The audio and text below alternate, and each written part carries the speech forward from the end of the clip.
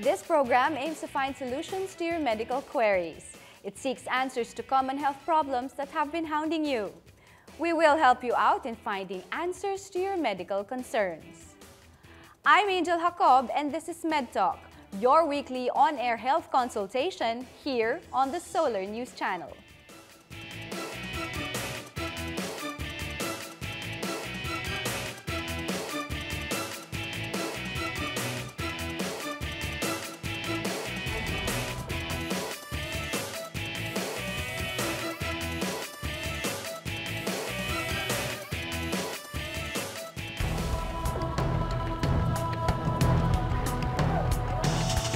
On November 8, 2013, one of the strongest storms ever recorded in history struck the Philippines. Typhoon Yolanda, with an international name Haiyan, swept through the middle of the country, leaving a massive trail of destruction in its wake. The damage and loss of life, unthinkable. According to the National Disaster Risk Reduction and Management Council, or NDRRMC, Typhoon Yolanda has claimed the lives of more than 2,000 people as of Tuesday morning. About 4 million people are believed to have been affected by Typhoon Yolanda, according to the initial estimates made by the Philippine government. These can lead to post-traumatic stress syndrome, a mental health condition triggered by a tragic event. And while anyone can go into shock right after experiencing tragedies, the shock can be interpreted as post-traumatic syndrome once the symptoms persist for more than a month. What happens to people immediately after a disaster or other traumatic events? How can one properly deal with post-traumatic stress? When should you seek professional help? All these and more tonight on MedTalk. In the aftermath of Super Typhoon Yolanda, many Filipinos are left homeless, fearful, and traumatized. Tonight on MedTalk, we will be having clinical psychologist and former president of the Psychological Association of the Philippines, Dr. Honey Carandang, who will share with us her expertise specifically on post-traumatic stress disorder. You may join the discussion by calling our hotline at 548-4678. Good evening, Dr. Honey. Welcome to the show. Good evening. Post-traumatic stress disorder. What exactly is this? Okay, that's usually called PTSD. No? Medically, it's a diagnostic term, yung label na ginagamit natin when we are describing somebody who has undergone a trauma and has lasted for a certain period of time. Pero siguro, to make it more understandable for everybody, let's just talk about trauma. No, what is trauma? What exactly? You mentioned it, Dr. Honey. Trauma. What is trauma? What are the characteristics of trauma? Okay. Trauma has about at least 3 elements para malaman mo kung traumatized ang tao. You will see that a person who's traumatized will have what you call hyper alert body. No, yung parang your whole system is on red alert. So hyper-vigilant ka. Konting ingay lang talagang... You get jumpy. You get startled easily. Yun yung isang mamanonotice mo. So, dun sa disaster once when we were talking to the people na mudslide na sila, na wala na yung bahay, namatayan, there was a big storm, malakas. But when we went there, it was just a shock. Yung parang ambon lang. But the symptoms they had then were totally transferred to that time we were talking to them na meron na mahina lang yung ambon, pero yung pakiramdam nila bumalik dun sa dati nilang pakiramdam na talagang malakas ang ulan. So that's part of hypervigilance kasi yung system mo is always on guard. Hindi ka makarelax. So aside from hypervigilance, what else? So isa pang trauma, parang characteristic para malalaman mo. Palagi kang merong images, mga pictures na paulit-ulit umiikot-ikot sa mind mo. Parang nag-i-intrude. It's called intrusions eh. No? Parang hindi mo iniisip, wala kang naglalakad ka lang, hindi mo iniisip, biglang papasok sa isip mo yung nakita mong frightening scene. or it has its own life. The images come to you unbidden, parang they have their own life, parang hindi mo makontrol. So that's, again, you feel parang wala kang control, no? Because they are just coming in, hindi mo mapigil. Or, kung baga sa mga children, or even some adults, you can have nightmares. That's part of the intrusions of the images. But on the other hand, meron ding mga tao na totally parang paralyzed, numb. Kita mo walang reaction, walang emotion, parang walang nangyari. Pero that's another kind of symptom, which is numbness, no? Parang shock. So, kausap mo siya, nagsasalita yung bibig niya, pero parang wala siyang emotion. So, doesn't mean na okay siya. It doesn't mean na hindi siya traumatized, because that's another element of trauma, that you are rendered paralyzed and numb, and you cannot feel anything. You're like a body walking, but walang laman. No, if you've ever felt that way, in a state of shock. Ginagawa mo yung mga dapat mong gawin, punta ka sa banyo, pero parang wala kang, parang robot ka lang. You have no feeling. So that's another element ng trauma. Do these traumas last? Kunyari yung natutulala, does it last for a long period of time or does it come and go? That's important kasi dapat this symptom should not last for a long time. A long time is relative, no? Sinasabi ng libro, 1 month, pero I think that's quite arbitrary. Pwede sigurong 6 months, depending on the severity of the trauma. If it's very intense, tsaka isa pang factor hindi na masyadong nadidiscuss is when you are traumatized now, na masyado kang affected, it's almost always because you have been traumatized before. So nati-trigger din yun.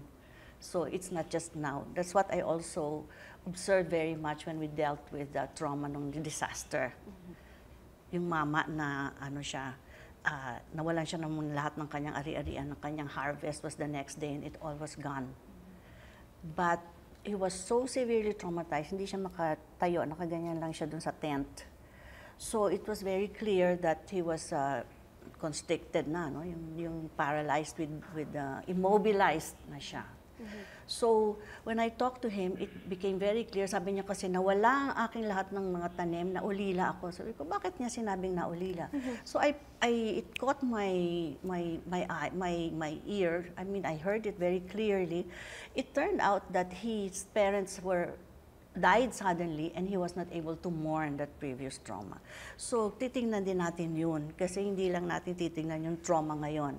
So, yung trauma ngayon ng Yolanda, for example, is totally extreme. No? I mean, any normal person who can be healthy and strong will exhibit trauma symptoms.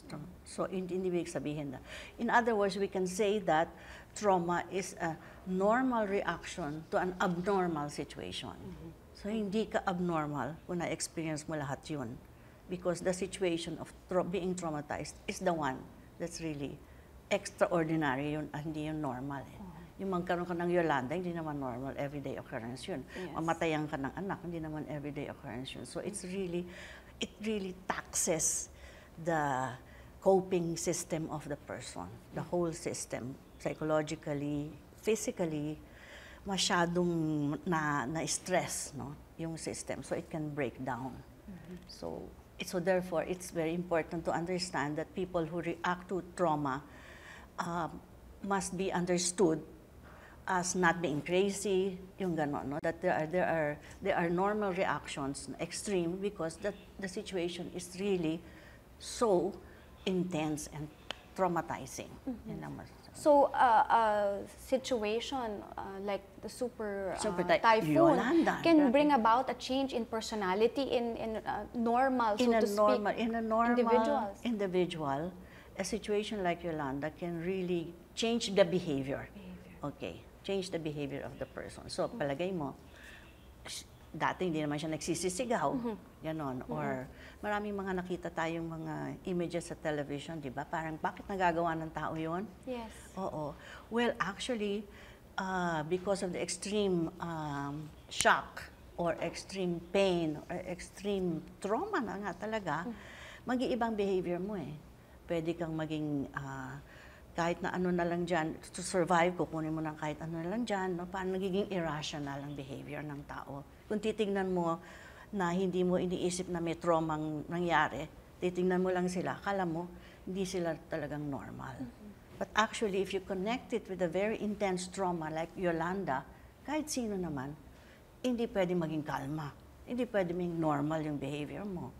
So, it's important to understand that para magkaroon tayo ng understanding trauma helps the person who's traumatized, but it also helps the people who are helping and even the people who are watching, who are concerned, because parang when they see that, they will not wonder, bakit naging siraulo ng tao na yun? Or violente. Oo, naging violente yung tao na yun. Parang at least magkakaroon tayo ng konting compassion. With understanding, we have a little bit more compassion towards the people in why they are behaving in a certain way.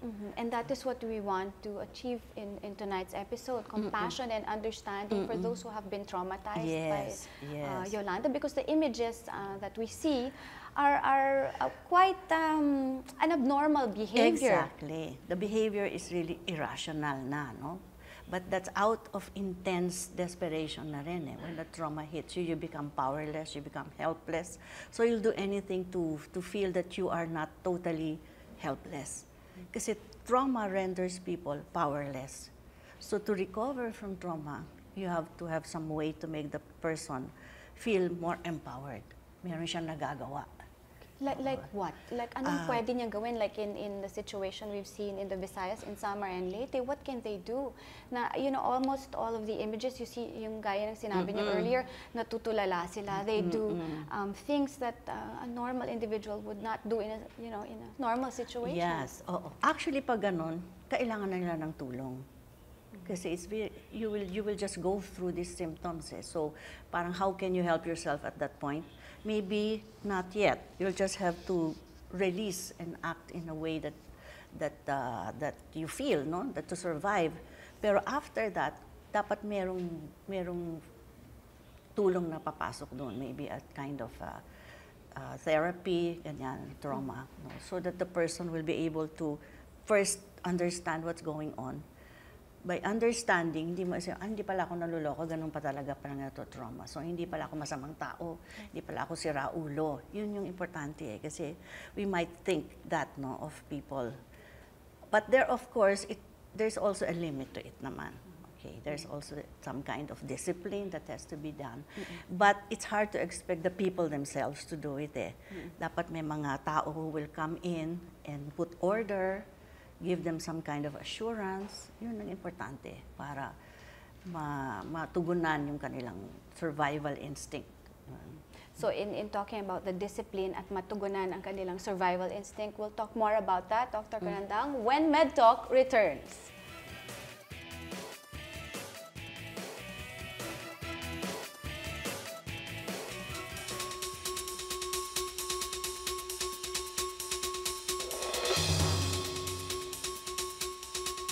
Did you know that studies made by Oxford University scientists suggest that playing Tetris, a tile-matching puzzle video game from the 80s, may reduce flashbacks and other psychological symptoms following a traumatic event? Researchers argue that Tetris, or a visual spatial task, could be further developed into a kind of cognitive vaccine against flashback and can also be used as an alternative to other methods, such as counseling and drug treatment.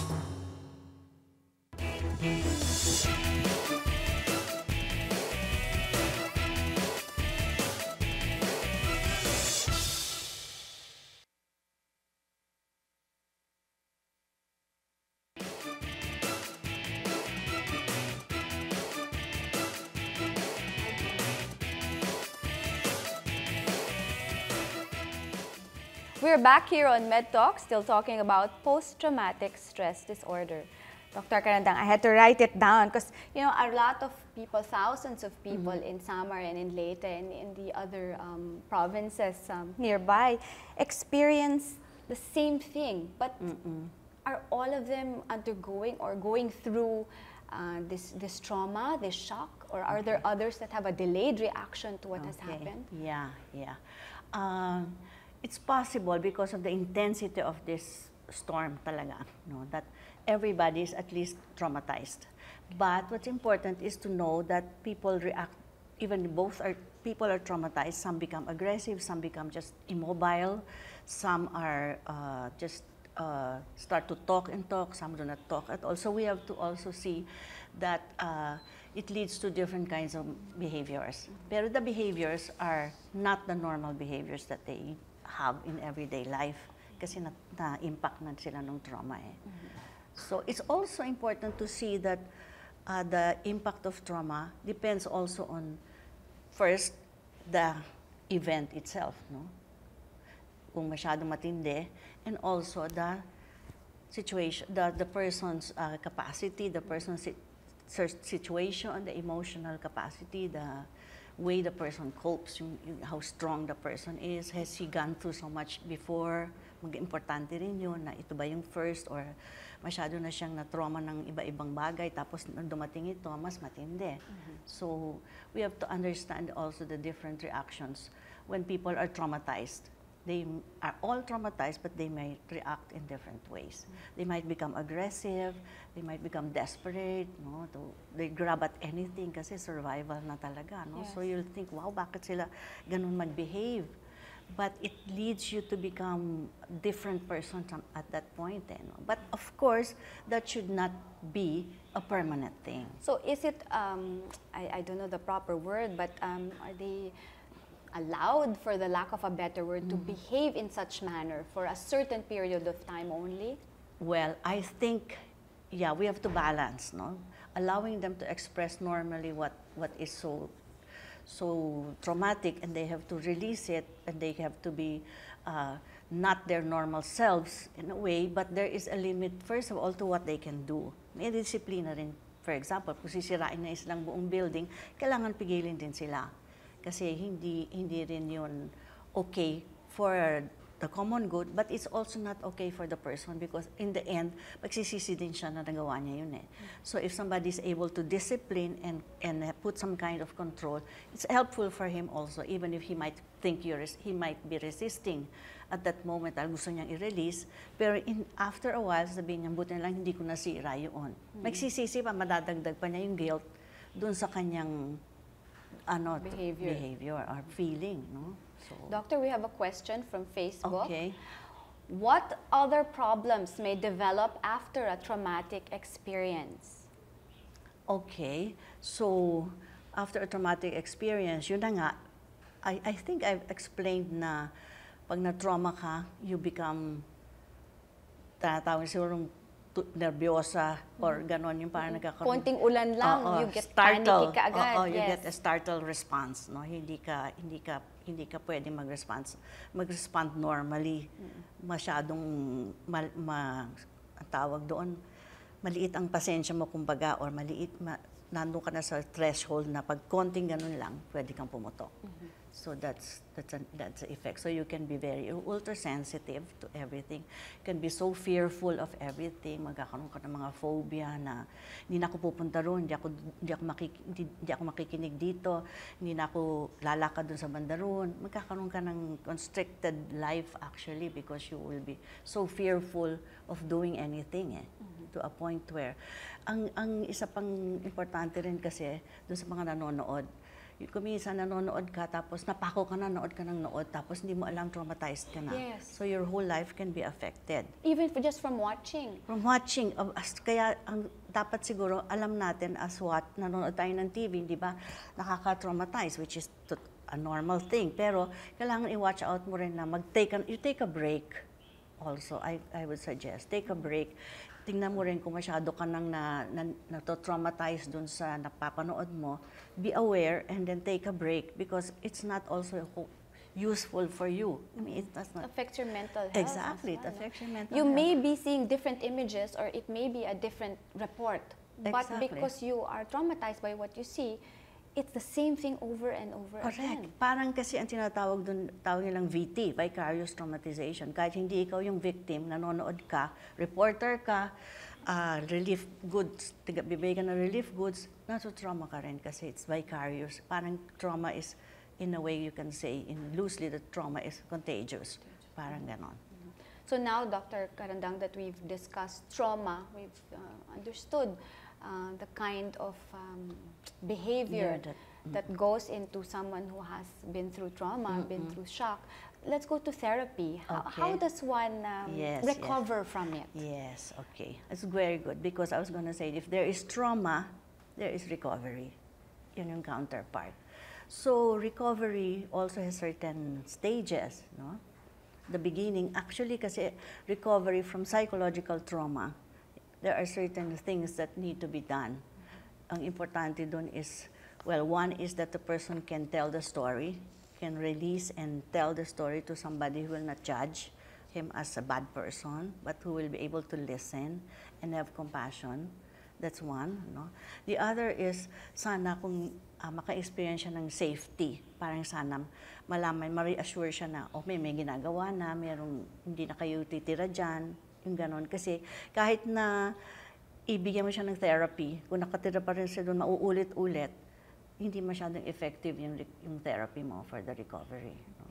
Yeah. And then, very important also is to reconnect, meaning magkaroon pa ng support system. The community, you're not alone. It's very important for the person traumatized to know you're not alone. Hindi ka nag-iisa.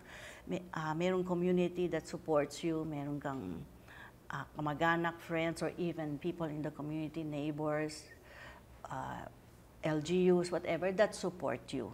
That's a very, very important part of the healing, na hindi ka nag-iisa. Who do we seek help from? Psychologists, a psychiatrist? Both psychologists, psychiatrists can give the therapy to the traumatized for recovery. Doctor, we have another question from Facebook. I read about psychological briefing for victims of calamities such as Super Typhoon Yolanda. How exactly does it work? Yes, we hear that a lot. Debriefing. Debriefing. Yes. Yeah, it's a common term that's used now. When there is a disaster, when there is trauma, you go there and you do a debriefing. Maybe we need to clarify kasi debriefing is just an initial step.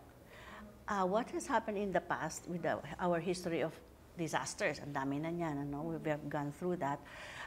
Sometimes people think that they have helped by doing a debriefing lang. So they sit there and then they make the person recount the experience and then that's it. We'll talk more about that, Dr. Karandang, when MedTalk returns.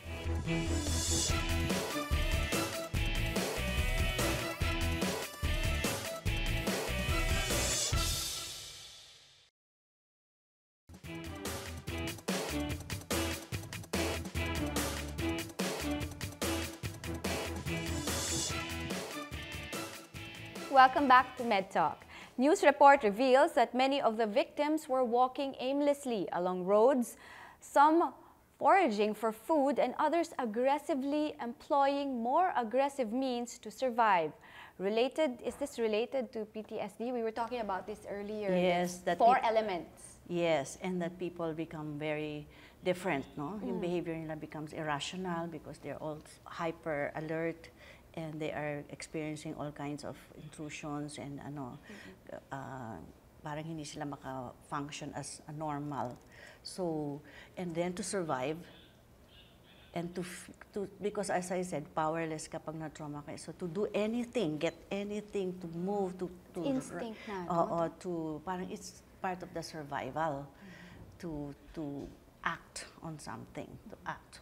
Ano man yung gagrab mo, no? Ganon. I remember before we got to the break, you mentioned debriefing and sort of taking them out of the area where the trauma happened and rehabilitating, talking to them, talk therapy. But what if they don't want to leave because they're very emotional, they're very sentimental about that area? Yeah, initially, but I think it's very important that they are convinced. But maybe part of the intervention already, if you're counseling, even normally, ideally, you do the trauma counseling after they are already safe, because that's part of the recovery. But if they are not yet willing to go, you can still talk to them, and by their understanding of what's happening, you can make them want to leave by your making them understand what's going on and what can happen to them and how they can recover. Kasi ang napaka-importante sa situations that is that you know what's happening. May handle ka. Hindi yung parang, ano nangyayari? Or always wondering. So the therapy allows you to understand what's going on inside you so that when you understand what's going on inside you, first, you don't judge yourself as masama, as siraulo, but you know that that's what happens to a human being when this happens. So you are more able to accept it, and you are not being negative towards yourself. And because of understanding, you become more empowered and less helpless about the situation. Just the mere fact na naintindihan mo yung nangyayari sa'yo, it's a big step already towards your healing. So this is the individual who has been traumatized, Yes. and family members can help that individual. Yes. How, Doctor? Well, the support. Kasi it's very difficult to be a counselor if you're part of the family. Parang hindi magagawa yun talaga, no? So, maybe being there for the person, being together, hindi mo iiwan, pakikinggan mo, nandun ka. That's actually the most you can do at that time, eh. But I would say that it's important that intervention comes in. Psychological intervention from professionals can come in at that point. Kasi the whole family is already feeling helpless.